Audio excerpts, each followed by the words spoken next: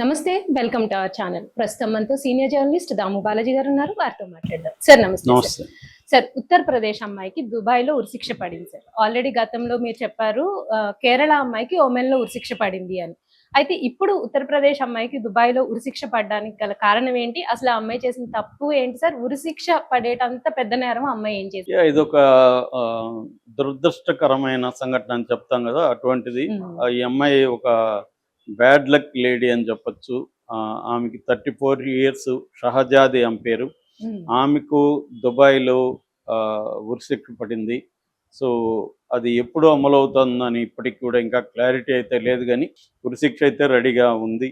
So already మనం చెప్పుకున్నాము, కేరళ అమ్మాయి నిమిషప్రియ అనే ఒక నర్సు, ఆమెకు 37 ఏళ్ళు, ఆమె యెమెన్ జైల్లో ఇప్పటికి కూడా ఉంది. ఆమెకి ఉరిశిక్ష అయితే రద్దయింది, కానీ జైలు నుంచి ఇంకా విడుదల కాలేదు. నిన్ననే ఇరాన్ ఫారిన్ మినిస్టర్ కూడా ఈ విషయంలో నేను మాట్లాడుతాను వాళ్ళతో అని మన ఫారిన్ మినిస్టర్ జయశంకర్కి హామీ ఇచ్చినట్టుగా వార్త వచ్చింది.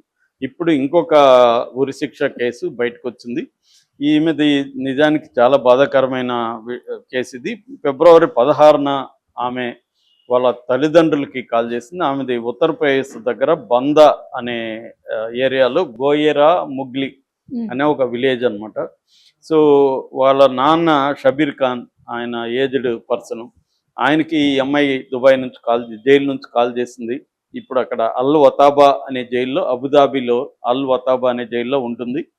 ఆమె కాల్ చేసి, నేను ఇట్లా 24 గంటల్లో నన్ను ఉరిదీస్తున్నారు, నన్ను ఇప్పుడు సాలిటరీ సెల్లో బంధించేశారు, నేను చనిపోతున్నాను, చివరి కోరిక కోరుకోమంటే నేను మీకు కాల్ చేస్తానని చెప్పాను, అందుకని నాకు ఇప్పుడు అవకాశం కల్పించారు, నేను మీకు కాల్ చేస్తున్నాను, నీ వాయిస్ విని చనిపోవాలని నేను అనుకున్నానని ఆమె ఫోన్ చేసింది. దాంతో అతను షబీర్ ఖాన్ టెన్షన్ పడిపోయాడు. ఆల్రెడీ అతను గత 1.5-2 ఇయర్స్ నుంచి కొట్లాడుతున్నాడు ఆమెను బయటికి తీసుకురావడానికి. సో అతను ఆగమేఘాల మీద మళ్ళీ అధికారులకు, రాజకీయ నాయకులు వాళ్ళందరికీ మొరపెట్టుకుంటే మన ఎంబసీ వాళ్ళు వాళ్ళ ఎంబసీని కాంటాక్ట్ చేశారు. దుబాయ్ ఎంబసీని కాంటాక్ట్ చేస్తే అక్కడ అబుదాబిలో ఎంబసీ మన వాళ్ళకి ఏం చెప్పారంటే, మేము 24 గంటలు అనేది అబద్ధం, ఉరైతే ఆమె కన్ఫామ్ అయితే అయ్యింది, బట్ ఎప్పుడు అనేది మేము ఇంకా డేట్ కన్ఫామ్ కాలేదని చెప్పారు. ఇప్పుడు మన ఎంబసీలు వాళ్ళతో మాట్లాడుతున్నాయి. ఈ ఊరిని ఏమన్నా రివ్యూ పిటిషన్ కూడా వేశారు కోర్టులో. ఇప్పుడు కోర్టు ఏమన్నా రివ్యూ చేసినప్పుడు ఆమెకి ఉరిశిక్ష తగ్గుతుందా లేదా చూడాలి. అసలు ఏమి ఎందుకు వెళ్ళింది, ఉరిశిక్ష ఎందుకు పడింది, ఆమె చేసిన నేరం ఏంటి, ఇవన్నీ మనం ఇప్పుడు చెప్పుకుందాం. ఆమె ఇందాక చెప్పినట్టుగా షహజాది బాందా అనే ఉత్తరప్రదేశ్లో ప్లేస్లో పుట్టింది. సో ఆమె లాక్డౌన్ పీరియడ్లో రోటీ బ్యాంక్ ఆఫ్ బాందా అనే ఒక ఎన్జిఓలో పనిచేస్తూ ఉండేది.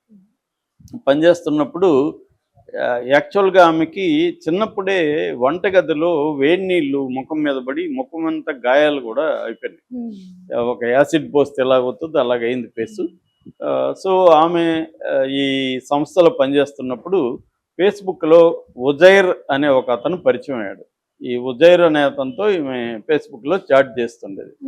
సో అలాగే వాళ్ళిద్దరి మధ్య ఫ్రెండ్షిప్ అవ్వాలైంది. దాంతో ఉజైర్ ఏం చెప్పాడంటే, నాకు దుబాయ్లో తెలిసిన వాళ్ళు ఉన్నారు, నిన్ను దుబాయ్ పంపిస్తాను, దుబాయ్లో నీకు బ్రహ్మాండమైన హాస్పిటల్ తీసి నీ ముఖాన్నంతా కూడా మళ్ళీ అందంగా మారుస్తాను నేను, అట్లాగే నీ లైఫ్ కూడా బ్రహ్మాండంగా మారిపోతుంది, మంచి శాలరీ అవన్నీ వస్తుంది అని ఈ అమ్మాయిని చెప్పాడు.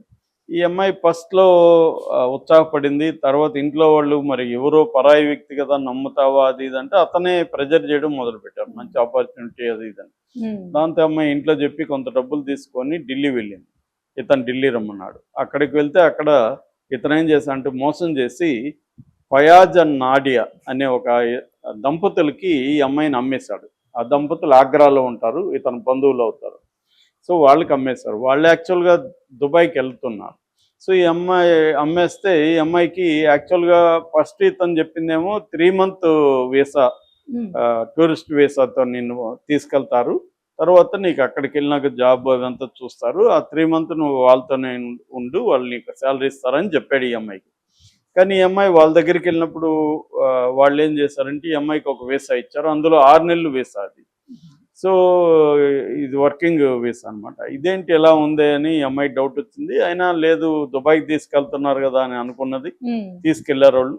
తీసుకెళ్ళినాక అమ్మాయిని వాళ్ళ ఇంట్లో బంధించేశారు. ఏం ఉద్యోగం బయటకు పోవడానికి లేదు. వాళ్ళ ఇంట్లో పని చేయాలి, శాలరీలు ఇవ్వట్లేదు, సరిగా భోజనం పెట్టట్లేదు. ఆ అమ్మాయి పని ఏంటంటే ఇంట్లో పని చేయడం, దాని తర్వాత వాళ్ళ బాబు 4 నెలల బాబు ఉన్నాడు. ఈ 4 నెలల బాబునే అమ్మాయి చూసుకోవాలి. ఇది అమ్మాయి కార్యక్రమం. అలా ఉన్నప్పుడు ఏమైందంటే ఆ అమ్మాయి బ్యాడ్ లక్, ఆ బాబు చనిపోయాడు.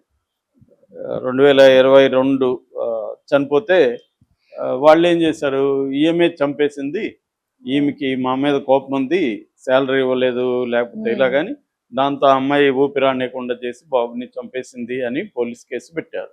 సో వాళ్ళకి అక్కడ డబ్బులు ఉంది, పరపతి ఉంది, పరిచయాలు ఉన్నాయి కాబట్టి వాళ్ళు మ్యానిపులేట్ చేసుకున్నారు. వీళ్ళు చెప్పినట్టుగానే పోలీసులు కూడా ఈ అమ్మాయి అలాగే చంపేసిందని చెప్పారు. దాని తర్వాత ఈ అమ్మాయి దగ్గర కన్ఫెషన్ రిపోర్ట్ కూడా బలవంతంగా నేనే చంపేస్తున్నానని కన్ఫెషన్ రిపోర్ట్ కూడా రాయించుకున్నారు. అంటే కోర్టులో చాలా వాటర్ టైట్ కేసు అంటాం కదా, అలా క్లియర్గా ఈ అమ్మాయి చంపినట్టుగా ప్రూవ్ అయ్యేదానికి అన్ని రకాలుగా ఉన్నాయి. దాంతో ఈ అమ్మాయికి అక్కడ ఉరిశిక్ష, అక్కడ చట్టాల ప్రకారం ఉరిశిక్ష వేసేసారు. సో వేసినాక ఈయనేమో పేద, షబీర్ ఖాన్ వీళ్ళ ఫాదరు పేద వ్యక్తి. యాక్చువల్గా ఈ లోపల ఏం జరిగిందంటే ఈ అమ్మాయి అక్కడికి వెళ్ళినాక వీళ్ళ ఫాదర్కి చెప్పింది, ఇలాగ నన్ను అమ్మేశాడు ఈ ఉజైర్ అనేవాడు, వీళ్ళు ఇక్కడికి తీసుకొచ్చి బంధించారు. అప్పుడు ఈ షబీర్ ఖాను రాష్ట్రపతికి ముర్ముకి లెటర్ రాశాడు, తర్వాత మోడీకి రాశాడు, ఇక్కడ కలెక్టర్లకి వాళ్ళకి తీసుకెళ్ళి ఇచ్చాడు. దీంతో ఏమైందంటే వాళ్ళు పోలీస్ స్టేషన్లో కేసు పెట్టమంటే అక్కడ బాందాలో కేసు పెట్టాడు. బాందా కోర్టుకు కూడా వెళ్ళింది. ఇది కోర్టు కూడా పోలీసులను ఆదేశించింది ఉజైర్ మీద, తర్వాత ఈ ఫయాజ్ అండ్ నాడియా దంపతుల మీద హ్యూమన్ ట్రాఫికింగ్ నేరం కింద కేసు పెట్టమని. వాళ్ళు కేసు పెట్టారు కానీ దాన్ని ఫర్దర్ ముందుకు తీసుకెళ్ళలేదు. సో ఆ కేసు కూడా ఆల్రెడీ ఉంది. సో ఇప్పుడు ఈమెకి మరణశిక్ష అయితే వేసేశారు. కాకపోతే అది ఎప్పుడు అమలు అవుతుంది అనేది తెలియని పరిస్థితి ఉందన్నమాట. సో దీన్ని మన గవర్నమెంట్ అయితే పర్సూ అయితే చేస్తూ ఉంది. మన ఇక్కడ ఎంబసీ అధికారులు అక్కడ ఎంబసీ అధికారులతో మాట్లాడుతున్నారు. వాళ్ళైతే మేము ఇప్పటివరకు అయితే డేట్ అయితే అనౌన్స్ చేయలేదని చెప్తున్నారు. ఈ లోపల రివ్యూ వేశారు కాబట్టి కోర్టు మళ్ళీ రివ్యూ పిటిషన్ ఏం తీసుకుంటుంది అనేది చూడాలి. యాక్చువల్గా ఈ అమ్మాయి 2 మే 2023లోనే ఉరిశిక్ష పడి ఉండాలి. ఆ రోజుకి ఫిక్స్ చేశారు ఫస్ట్. అయితే ఈ అమ్మాయి లక్ ఏంటంటే అక్కడ వరదలు రావడం, తర్వాత రాయల్ ఫ్యామిలీలో ఏదో ఒక ట్రాజెడీ జరగడం, దీనివల్ల అది పోస్ట్ పోన్ చేస్తా అయ్యింది. సో ఇప్పుడైతే డేట్ అయితే లేదు, కానీ మరణశిక్ష అయితే అలాగే ఉంది. ఆ అమ్మాయి అక్కడ సాలిటరీ సెల్లోనే పెట్టున్నారు. అక్కడ ఏంటంటే మరణశిక్ష వేసిన వాళ్ళకి సాలిటరీ సెల్లో పెట్టేస్తారు. అది నరకంగా ఉంటుంది. లైట్ ఉండదు, 24 hours ఒంటరిగా ఉండాలి, బయటికి తీసుకురారు, ఫుడ్ కూడా లోపలికి ఇస్తారు. అది నరకంగా ఉంటుంది. కాకపోతే బతుకుందని ఆనందించాలి తప్ప అదర్వైజ్ అది జైలు నరకమే. సో అటువంటి దీంట్లో ఈమె నిజానికి ఈమె బాధితురాలు, విక్టిమ్ ఈమె. ఎందుకంటే హ్యూమన్ ట్రాఫికింగ్ బలైన విక్టిమ్ నేరస్తురాలుగా మారిపోవాల్సిన పరిస్థితి అక్కడ చట్టాల ప్రకారం వచ్చింది.